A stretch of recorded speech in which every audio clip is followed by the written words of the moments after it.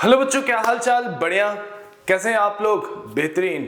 चलो बच्चों, अब हम लोग अपने सीरीज जो हम लोग टॉप क्वेश्चंस के सीरीज लेके आ रहे हैं, अब उसमें आगे बढ़ने की बातें हो रही हैं कि हाँ भाई, अब लॉज ऑफ मोशन हमें पढ़ना है। अभी तक हम लोगों ने motion in one dimension, unit measurement, projectile motion, ये सारे चैप्टर्स के रिविजन्स कर लिए थे क्वेश्चन के थ्रू। अब हम चलने जा रहे हैं बच्चों नेक्स्ट, हमारा टॉप 15 क्वेश्चन में लॉज ऑफ मोशन का हमने टॉपिक लिखा है। तो नीट के लिए बहुत बेहतरीन क्वेश्चन है और इस 15 क्वेश्चन में फिर से वही बातें जो हम हर बार कहना चाहते हैं आपसे कि बच्चों, इन जब भी हम कोई भी क्वेश्चंस लेते हैं तो ये दिमाग में रखते हैं कि ओवरऑल चैप्टर्स का रिवीजन हो जाए, तभी आपके मतलब का है, तभी आपके फायदे का है।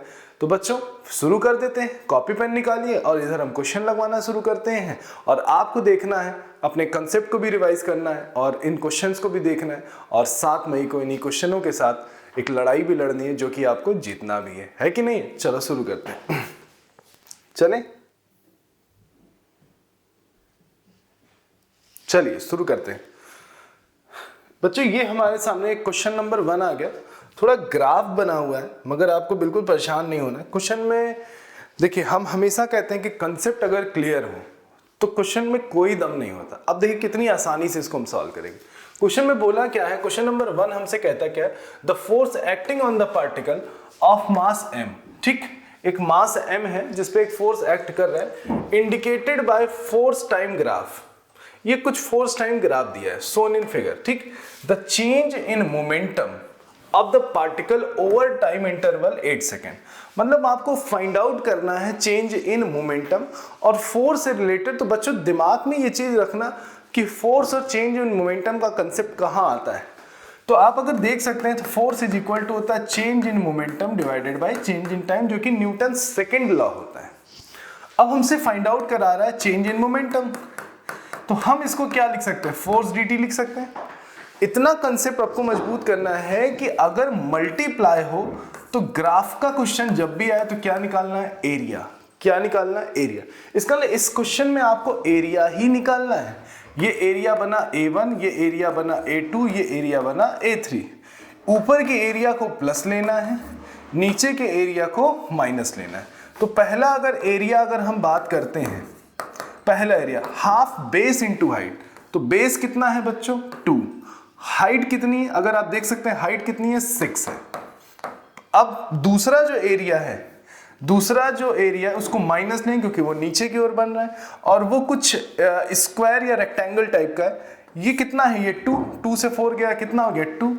और ये लाइन अगर आप देख सकते हैं कितनी है? 3 है। 2 3 जा, ठीक। अब इसको देखिए, 4 से 8 गए, इसका मतलब ये 4 और ये 3 है। ये क्या है? 3 है। तो अगर इसका एरिया देखेंगे 4 3 जा 12, ये प्लस में लेंगे हम लोग, हो गया। अब 2 से 2 कैंसिल आउट हुआ, 6 माइनस 3 2 जा 6 प्लस 12।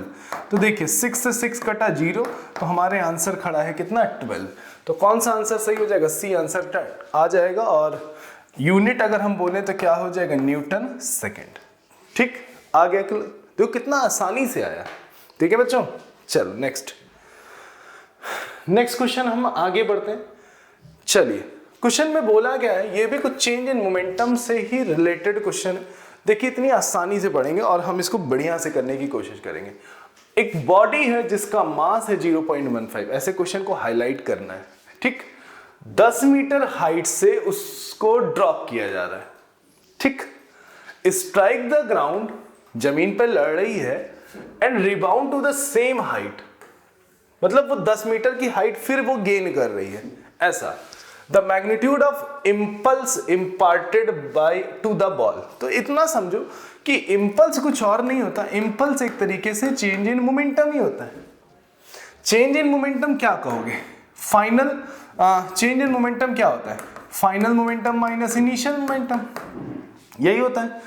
अब क्या बोलोगे? Final velocity, initial velocity.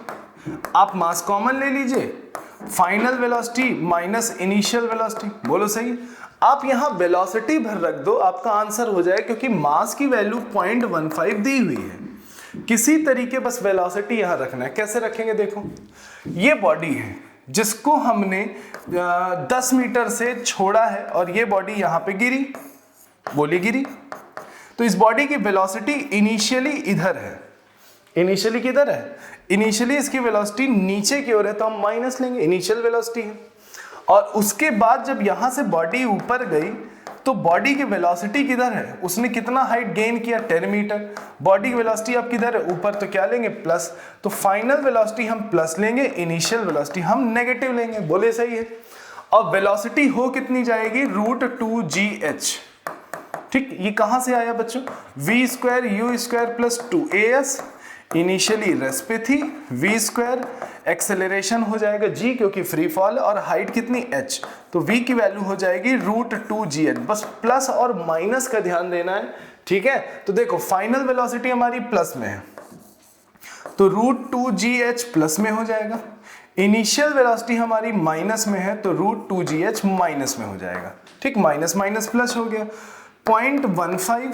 ठीक, अब हम इनमें से चाहे तो आप इसको ऐसे लिख सकते हो, माइनस माइनस प्लस हो जाएगा 2√2gh। अब चलते 15 2 मतलब एक तरीके से 15 30 होता है, 0.3 हो जाएगा, और √2g की वैल्यू 10 होती है और h भी 10 होता है, तो यहां से एक 10 भी कॉमन हुआ तो कितना हुआ, 10 अगर हम यहां से कॉमन ले ले तो ये हो जाएगा बच्चों 30, और अंदर बचेगा √2, तो कितना हुआ 30 × 1.4। ठीक, 30 × 1.4। आप सॉल्व करोगे तो कौन सा आंसर पाओगे, सी आंसर पा जाओगे। कौन सा आंसर, सी आंसर क्या आ जाएगा, पा जाओ। कितनी आसानी से देखो हमने निकाला, आया कि नहीं, लिख लो। नेक्स्ट, अब ये क्वेश्चन को देखते हैं। एक रिलेशन बेस्ड क्वेश्चन दिया हुआ है, कुछ इसमें रिलेशन दिया है। बोला क्या है, a satellite in a force free space sweeps stationary, ठीक है, interplanetary dust at the rate of dm/dt α/v। ठीक, ऐसा कुछ दिया हुआ है। जो चीज दिया है उसको लिखो। ठीक, देखो बहुत से क्वेश्चन में बच्चों दिमाग ये नहीं लगाते कि कितने, देखो होता है कि कुछ क्वेश्चनों में टफ कंटेंट लिखे होते हैं जो हमारे मतलब हमें भाते नहीं है, हमारे दिमाग में घुसते नहीं है। तो वैसे क्वेश्चन को क्या किया जाता है कि उनके रिलेशंस को पकड़ो और फाइंड आउट क्या करना है, उससे कोरिलेट कराओ तो अपने आप आंसर आता है। देखो क्या बोला है, dm/dt कुछ दिया है, मतलब मास इस रेट से चेंज हो रहा है। ठीक, सब कुछ दिया हुआ। अंत में पूछा क्या, एक्सेलरेशन ऑफ सैटेलाइट। क्या पूछा, एक्सेलरेशन ऑफ सैटेलाइट। आओ देखते हैं क्या, कैसे हम निकालते हैं। तो बच्चों फोर्स, अगर मास वेरी करे तो फोर्स क्या लिख सकते हो, फोर्स होता है चेंज इन मोमेंटम। अगर मास वेरी करे तो फोर्स को तो हम ऐसे लिख सकते हैं, सेकंड लॉ को। सही बात है। अब dm/dt दिया है वो कितना दिया, α/v, तो मेरा हो जाएगा α/v²। बोलो सही। और फोर्स को कोरिलेट करते हैं मास इनटू एक्सेलरेशन से, तो एक्सेलरेशन कितना हो गया, α/v²/m। आसानी से आ गया, क्या हो जाएगा, α/v²/m। ठीक बच्चों, ये एक्सेलरेशन यहां लिखा, वैसे यहां डी एक्सेलरेशन होगा, इसलिए आंसर क्या आ गया, माइनस आ गया। बट आप आंसर निकाल लिए कि नहीं। तो ये भी एक तरीका है कि हाँ भाई हमें क्वेश्चन के टर्म्स नहीं क्लियर हो पा रहे हैं, मगर हम रिलेट करके कभी कदार को रिलेट कर लेते हैं और सही आंसर पाते। देखो ये कंपटीशन है, इसमें तुम्हें टिक लगाना है, बहुत ज्यादा सोचना नहीं कि कहां से आया है कि नहीं। बट हाँ, ऐसा करना नहीं होता, अमूमन मैक्सिमम क्वेश्चंस में नहीं करने, क्योंकि कंसेप्ट भी क्लियर होना बहुत जरूरी है। ठीक है, चल इक्का दुक्का क्वेश्चन में चलता है। ठीक है, चल नेक्स्ट, अगला क्वेश्चन। अगले क्वेश्चन में बोला क्या है, 0.5 kg ball moving with the speed 12 metre per second strike hard ball at angle, ये कुछ 30 डिग्री दिया हो, ठीक है, with the ball it reflected with same speed and the same angle. ठीक है, if the ball is contact with the ball 0.25 second, time कितना दिया, इतना दिया है, कितनी देर कॉन्टैक्ट में रहा, इतनी देर। द एवरेज फोर्स निकालना। तो देखो बच्चों, फोर्स का फॉर्मूला होता है change in momentum upon time. Time तो चलो आपको दे दिया है, कितना, 0.25। आप बस इतना चीज निकाल लो, ये चीज निकाल लो, बाकी फोर्स तैयार है। तो देखो कैसे करेंगे, ये हमारी वॉल है, ठीक, ये हमारी वॉल है, और एक बॉल है जो कि ऐसे टकराई, कितने डिग्री पे, 30 डिग्री पे टकराई, और रिफ्लेक्ट कर गई वो बॉल हमारी उतने ही एंगल से और उतने ही स्पीड से, ऐसा कुछ। ठीक, अब देखो क्या करेंगे, चेंज इन मोमेंटम, तो वेलोसिटी को पहले रिजॉल्व करो। तो बच्चों अगर हम वेलोसिटी को अगर हम रिजॉल्व करते हैं तो v को जब इधर रिजॉल्व करते हैं तो v का आता है sin 30 और v का इधर आता है cos 30। ठीक, अब v है, v को जब इधर रिजॉल्व करोगे तो आएगा v sin 30 और v को जब इधर रिजॉल्व करोगे तो आएगा v का cos 30। बोलो सही है। अब हमें चेंज इन मोमेंटम निकालना है, तो चेंज इन मोमेंटम सिंपल ये सोचा करोगे कि चेंज इन वेलोसिटी पता चलती है तो चेंज इन मोमेंटम भी पता चलता है। अब v cos 30 दोनों का एरो एक की तरफ है, मतलब दोनों का कन्वेंशन एक ही है। ये इनिशियल पार्ट है, वो फाइनल पार्ट है। इनिशियल वेलोसिटी भी प्लस, फाइनल वेलोसिटी भी प्लस, तो जब चेंज देखोगे तो जीरो पाओगे। इसका मतलब इससे कोई हमारा मसला सॉल्व नहीं होने वाला, इससे जरूर हो जाएगा, क्योंकि अगर हम देखें ये हमारा इनिशियल पार्ट है तो इनिशियली हमारा एरो ये है, तो हम ये मान के चलते हैं चलो इसको हमने प्लस ले लिया, और फाइनली एरो हमारा इधर है तो इसको हम क्या ले लिए, माइनस ले लिए। तो अगर हम चेंज इन वेलोसिटी अगर देखें, चेंज इन वेलोसिटी अगर देखेंगे तो final velocity minus initial velocity, या इनिशियल माइनस फाइनल कर लो, तो कितना हो जाएगा v sin 30। फाइनली अगर तुम माइनस टेक करना चाहते हो और इनिशियली कितना v sin 30, इसको तो प्लस ही लोगे, तो हो गया -2v sin 30। बोलो हुआ। अब देखो -2v sin 30 होता है 1/2, 2 से 2 कट गया, sin 30 1/2, 2 से 2 कटा तो कितना है -v आ गया।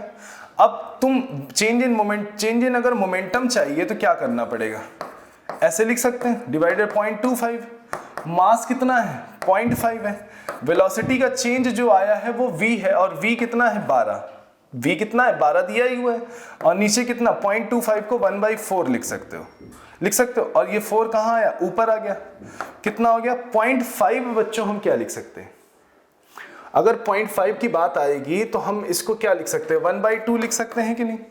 ठीक, तो ये हो गया 1/2, ये हो गया 12, ये हो गया 1/4। ठीक, बेसिक चीजें लगा दो, ये 2 और ये 2 आ जाएगा ऊपर, तो ये होगा 24, जो कि सी आंसर क्या है, सही है। आ गया क्लियर। हंसते रहिए इसी तरीके और बेहतरीन तरीके इस क्वेश्चन को सॉल्व करते रहिए। चलिए चलो next question number 5। Question number 5 पे पढ़ते हैं। बोला क्या है, एक बम है, एक्सप्लोड कर रहा है, रॉक है सॉरी, या बम मान लो, ठीक है। Two part go off right angle, दो पार्ट उसका, एक बम है जिसका दो पार्ट राइट एंगल पे मूव कर रहा है, ठीक, each other. These two are 1 kg, ठीक, with velocity 12 metre per second, और जो दूसरा पार्ट है वो 2 kg का है और उसकी वेलोसिटी 8 मीटर पर सेकेंड है, और third part fly off with velocity 4 metre per second, तो उसका मास बताना है। देखो इधर कैसे करेंगे, ये बॉडी है m मास की, ये बॉडी कुछ ऐसे एक्सप्लोड करी, ठीक, एक m1 मास में, एक m2 मास में, ठीक, और एक m3 मास में। m1 जो है और m2 कितना डिग्री बना है, 90 डिग्री, ठीक, और इसको मान लेते हैं ये, ठीक। अब देखो इसका मास पता है, ये कितना है 1 kg, इसका मास पता है ये कितना है 2 kg। 2 kg वाला 8 मीटर पर सेकेंड से चल रहा है और 1 kg वाला आप देख सकते हो 12 मीटर पर सेकेंड से चल रहा है, और ये जो लास्ट वाला है ये 4 मीटर पर सेकेंड से चल रहा है, तो इसका मास बताना है। ठीक, देखो कैसे करेंगे। आप कुछ देख सकते हो कि ये दोनों पहले तो 90 डिग्री है, पहले तो इनका तुम नेट निकालो, इनका चेंज निकालो कितना आएगा, मतलब इन दोनों का अगर चेंज निकालोगे तो कुछ ऐसा होगा, एक in the form of resultant type का कुछ भी हो जाएगा। कैसे लिखेंगे, m into v whole square, m into v whole square, और cos 90 वाला टर्म 0 हो जाएगा। भाई रिजल्टेंट टाइप का ये a square b square 2ab cos theta, theta 90, क्योंकि आपस में 90 डिग्री बनना है।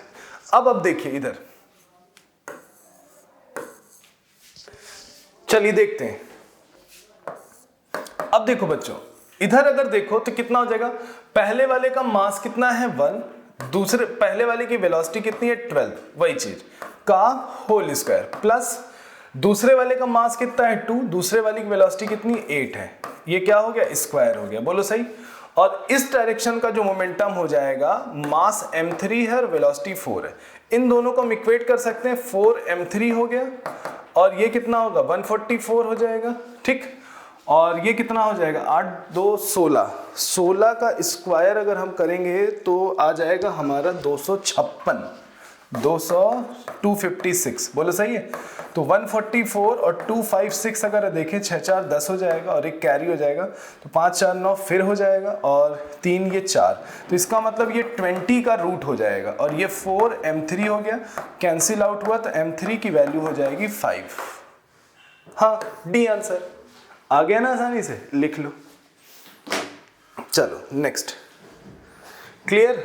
अगला क्वेश्चन, नेक्स्ट, ये थोड़ा थ्योरेटिकल क्वेश्चन है। क्वेश्चन में बोला क्या, which one of the following statement is incorrect. तुमको गलत ढूंढना है। क्या ढूंढना है? गलत। Rolling friction is smaller than sliding friction, ये तो सही चीज है। Limiting friction of static friction is directly proportional to normal reaction, ये भी सही है। Frictional force opposes the relative motion, ये तो डेफिनेशन ही है, तो ये दोनों सही है, बट ये वाला फिर इसका मतलब गलत होगा। Coefficient of sliding friction has a dimension of length, यही क्वेश्चन, लेंथ का डायमेंशन कहाँ होगा? तो इसका मतलब क्वेश्चन के अकॉर्डिंग ये सही है, बट थ्योरी पोर्शन में ये गलत है, तो इसका मतलब कौन सा आंसर सही? डी आंसर क्या है हमारा? करेक्ट है, ठीक, लिख लो। नेक्स्ट, अगला चलते हैं। ये भी बहुत बच्चों, ये बहुत पुराना क्वेश्चन है मगर कई बार पूछा गया क्वेश्चन है। अब देखो बोला क्या है, अ मास m, ठीक, mass m is placed on the very smooth wedge, ठीक, प्लेस्ड है वो दिख रहा है, रेस्टिंग ऑन द सरफेस, वो सरफेस पे रुका हुआ है, विदाउट फ्रिक्शन, कोई फ्रिक्शन उसमें नहीं लग रहा है। When the mass is release, जब उसको छोड़े, the acceleration to be given to the wedge, इसको कितना एक्सेलरेशन दे दिया जाए कि वो रिमेन एट रेस्ट हो जाए। तो देखो एक चीज, सीधा सा कंसेप्ट समझो, अगर इसको हम तेजी से खींच लिए तो वो बॉडी स्लाइड नहीं करेगी, ऐसा आप महसूस कर सकते हो, ठीक। आओ देखते हैं, चलो देखो बच्चों, अगर इसको हम देखें, इस ये वाली जो बॉडी है, इस तरफ क्या फोर्स लगेगा? mg sin थीटा, खूब क्वेश्चन आप लोग लगाओगे, कोई दिक्कत नहीं है, mg का sin थीटा। अगर इसके एक्सेलरेशन के ऑपोजिट उतना ही एक्सेलरेशन अगर मिल जाए तो ये बॉडी रेस्ट पे रहेगी, क्योंकि नेट फोर्स फिर तो जीरो ही होना है। अब देखो, अगर हम इसको इधर की ओर एक्सेलरेट कराते हैं ये, और इसको ऐसे बढ़ाए तो ये एंगल भी कितना? थीटा दिख रहा है। ए का इधर रिजोल्यूशन करोगे तो कितना आएगा? a cos theta. तो मान लो तुम ऐसे खड़े हो, ऐसा दिख रहा है, तो इधर इस बॉडी का acceleration mg sin theta, sorry g sin theta, या फोर्स mg sin थीटा, और उतना ही फोर्स हम उधर डेवलप करा दे तो वो बॉडी रेस्ट पे रहेगी ना। तो अब इसका मतलब ये हुआ कि अगर इन दोनों को हम बराबर कर दें, अगर ये फोर्स होगा तो m हो जाएगा, m से m कटा, तो एक्सेलरेशन बच्चों हो जाएगा g sin theta divided by cos theta, ठीक भाई, नीचे आ जाएगा, और इसको हम बोल सकते हैं g tan थीटा। तो मेरा आंसर g tan थीटा वाला तो सही है, बट क्वेश्चन में बोला है लेफ्ट लगाओगे कि राइट, तो अगर हम ऐसे खड़े हो, लेफ्ट है ना, लेफ्ट ही तो होगा, हाँ ठीक है। कौन सा आंसर? ए आंसर क्या है? करेक्ट, समझ गए, लिख लो। नेक्स्ट, बेहतरीन क्वेश्चन, स्प्रिंग भी लगा है, ब्लॉक भी है, चलिए देखते हैं। Two body A and B of mass 3m and m, ठीक, दो बॉडी A एंड B है और उसका मास 3m है और m है, ये क्वेश्चन में ये ऐसा दिया हुआ है, ठीक है। फिर उसके बाद connected by massless inextensible string, ये स्ट्रिंग से कनेक्टेड है, ठीक है sir. The whole the system is suspended by massless spring, हाँ स्प्रिंग लटका हुआ है, ठीक। The magnitude of acceleration of A and B, A और B का एक्सेलरेशन बताना है बच्चों। देखो कैसे करेंगे, इधर क्या लगेगा? mg, इधर क्या लगेगा? 3mg, स्ट्रिंग में क्या आएगा?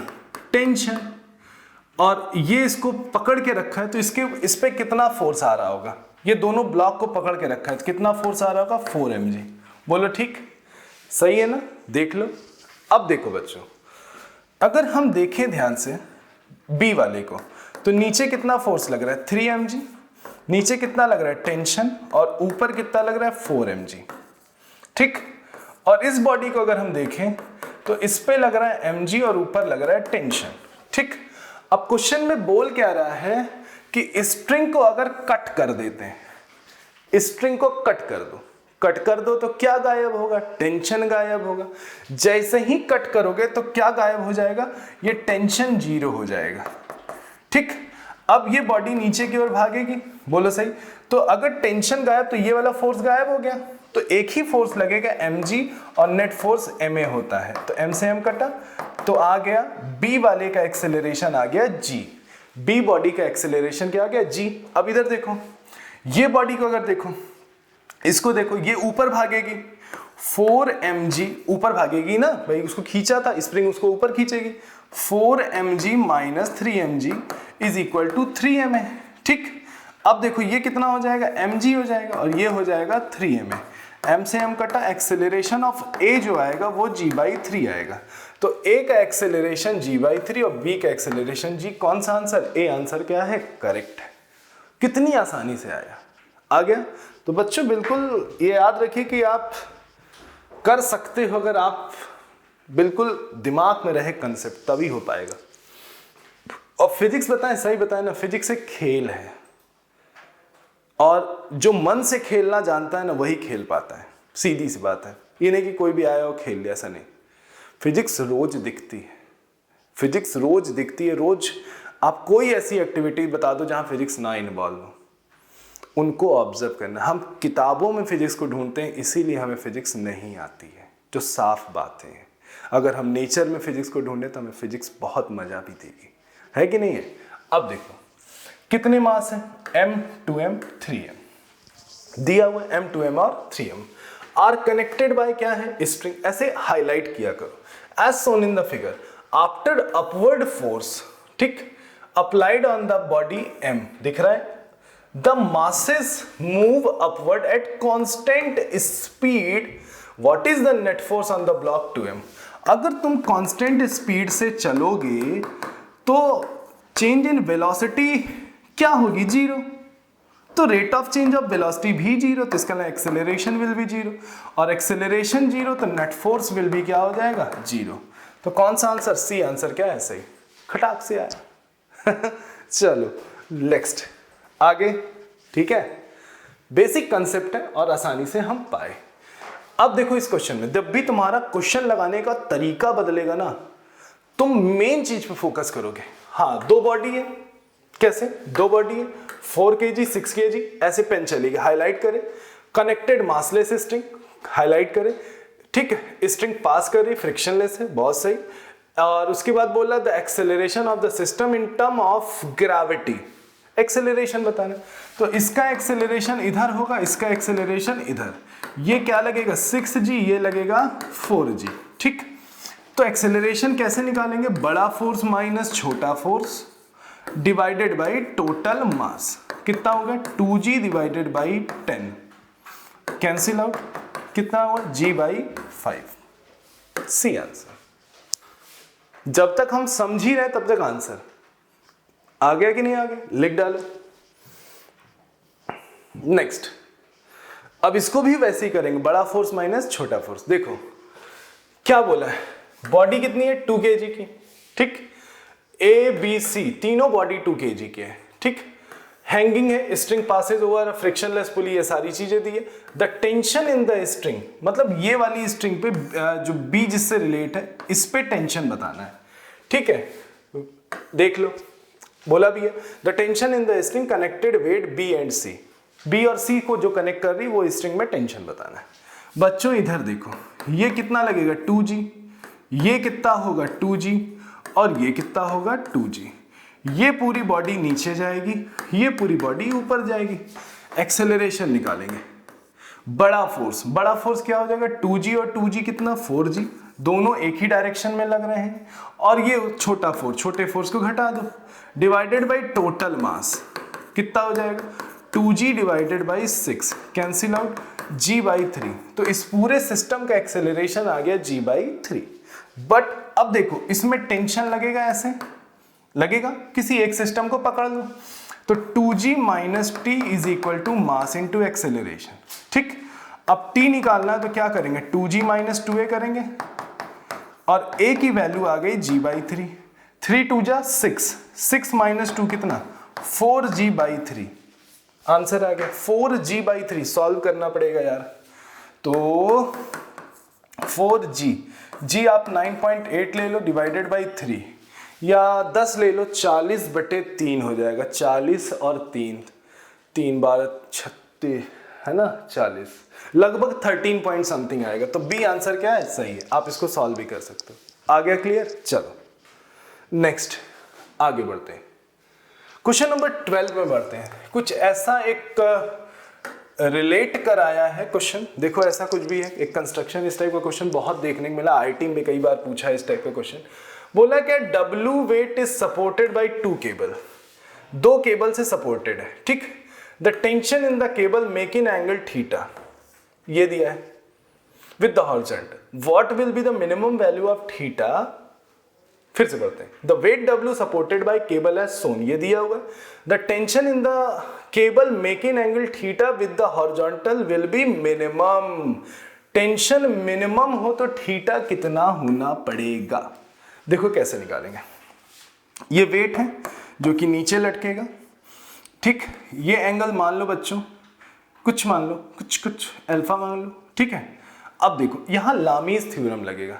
लामीज थ्योरम क्या होता है, फोर्स और सामने वाले का एंगल, ठीक। फोर्स और सामने वाले का एंगल कुछ ऐसा ही होता है ना, ऐसे ही तो पढ़ते थे, कुछ ऐसे ही होता था। तो ये W है तो सामने वाले का एंगल W, सामने वाले का एंगल कितना है, अल्फा है, ठीक। और हमें T2 से मतलब है क्योंकि यही वाला टेंशन बताना है आपको, ये वाला टेंशन, ठीक। तो ये T2 है और सामने वाला जो ये एंगल है ये कितना होगा, 90 होगा ना, ये कितना है 90 है, और ये 90 और 60 कितना हो जाएगा 150, बोलो होगा कि नहीं। तो T2 के सामने वाला तो यही एंगल हुआ, ठीक। T2 सामने वाला एंगल कितना हुआ, 150 हुआ, ठीक। अब बोला है कि टेंशन मिनिमम कब होगा, ठीक। तो टेंशन मिनिमम तब होगा जब ये क्वांटिटी हो जाए मैक्सिमम, तो ये क्वांटिटी अपने आप क्या हो जाएगी, मिनिमम। तो साइन अल्फा अगर मैक्सिमम हो जाए, साइन अल्फा है, साइन थीटा मतलब है, तो मैक्सिमम वैल्यू 1 होती है, क्या होती है 1, ठीक। तो इसका मतलब जो भी अल्फा होगा वो 90 डिग्री होना चाहिए, जो भी अल्फा आएगा वो 90 डिग्री होगा, ठीक। आओ देखते हैं, फोकस हो इधर, इधर ये पूरा कितना होगा 180। 180 को बनाने के लिए, 180 को बनाने के लिए थीटा की जरूरत पड़ी, अल्फा की जरूरत पड़ी और 60 की जरूरत पड़ी। ये इधर आएगा तो ये हो जाएगा 120, ठीक। थीटा और अल्फा, ठीक।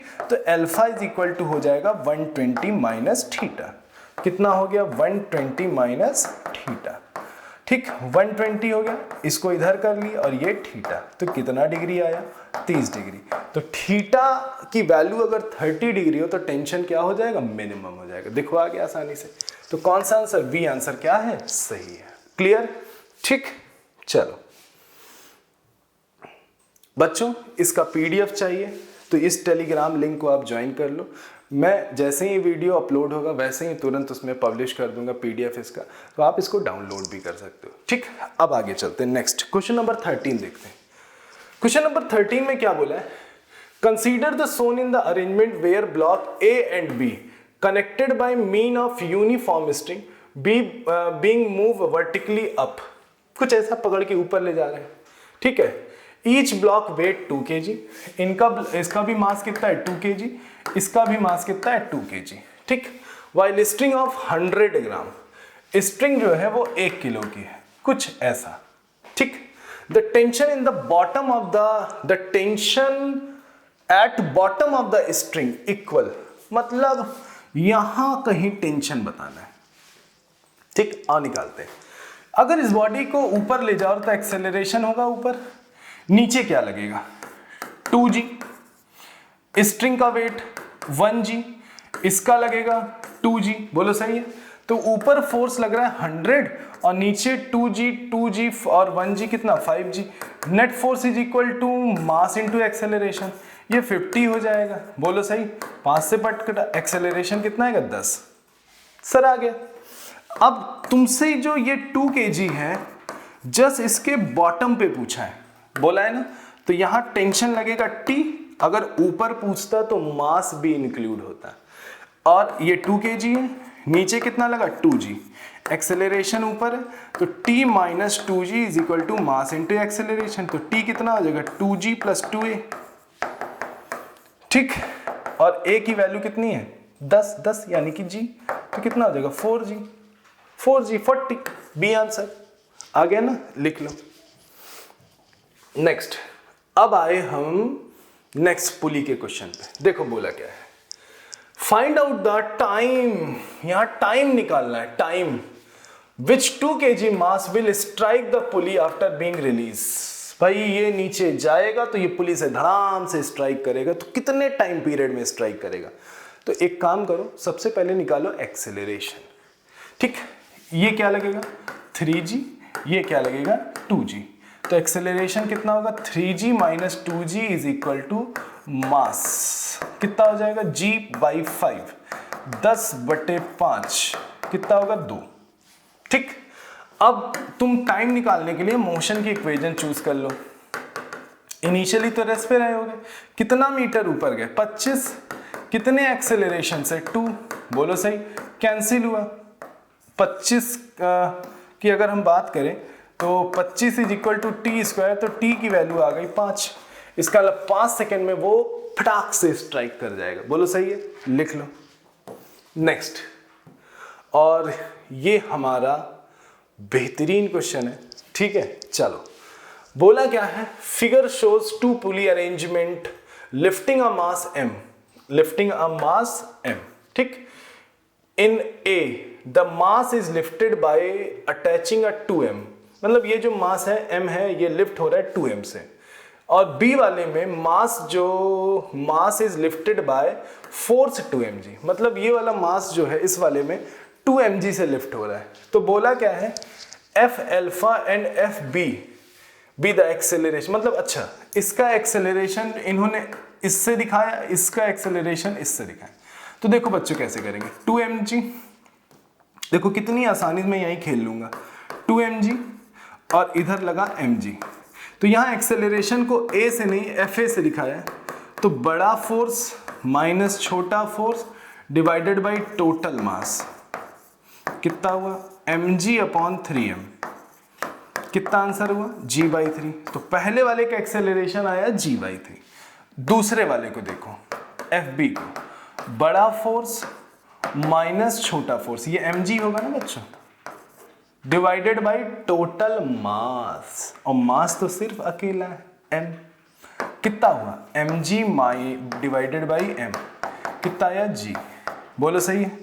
तो इसका मतलब a वाले का एक्सेलरेशन g/3 आया और b वाले का एक्सेलरेशन g आया, दोनों को डिवाइड करें, g से g कटा, कितना आया 1/3, cross multiply 3fa is equal to क्या आया fb, ठीक, यही आंसर, सी आंसर आ गया समझ में, ठीक। चलो बच्चों, तो ये हुआ लॉज ऑफ मोशन की क्वेश्चंस की कुछ प्रैक्टिस, ठीक, जो कि हमें तो बड़ा मजा आया, आपको भी मजा आएगा, और कितने स्मूथली हमने हर क्वेश्चन का आंसर निकाला। तो बच्चों जल्दी ही आपके सामने नेक्स्ट हम मिलने वाले हैं नेक्स्ट क्वेश्चन के सीरीज में, जो टॉपिक हमारा होगा वो वर्क पावर एनर्जी होगा, ठीक। और ऐसे ही प्यार बरसाते रहिए और ऐसे ही देखते रहिए और ऐसे ही अपने सपनों को साकार करते रहिए, है कि नहीं है। जय हिंद।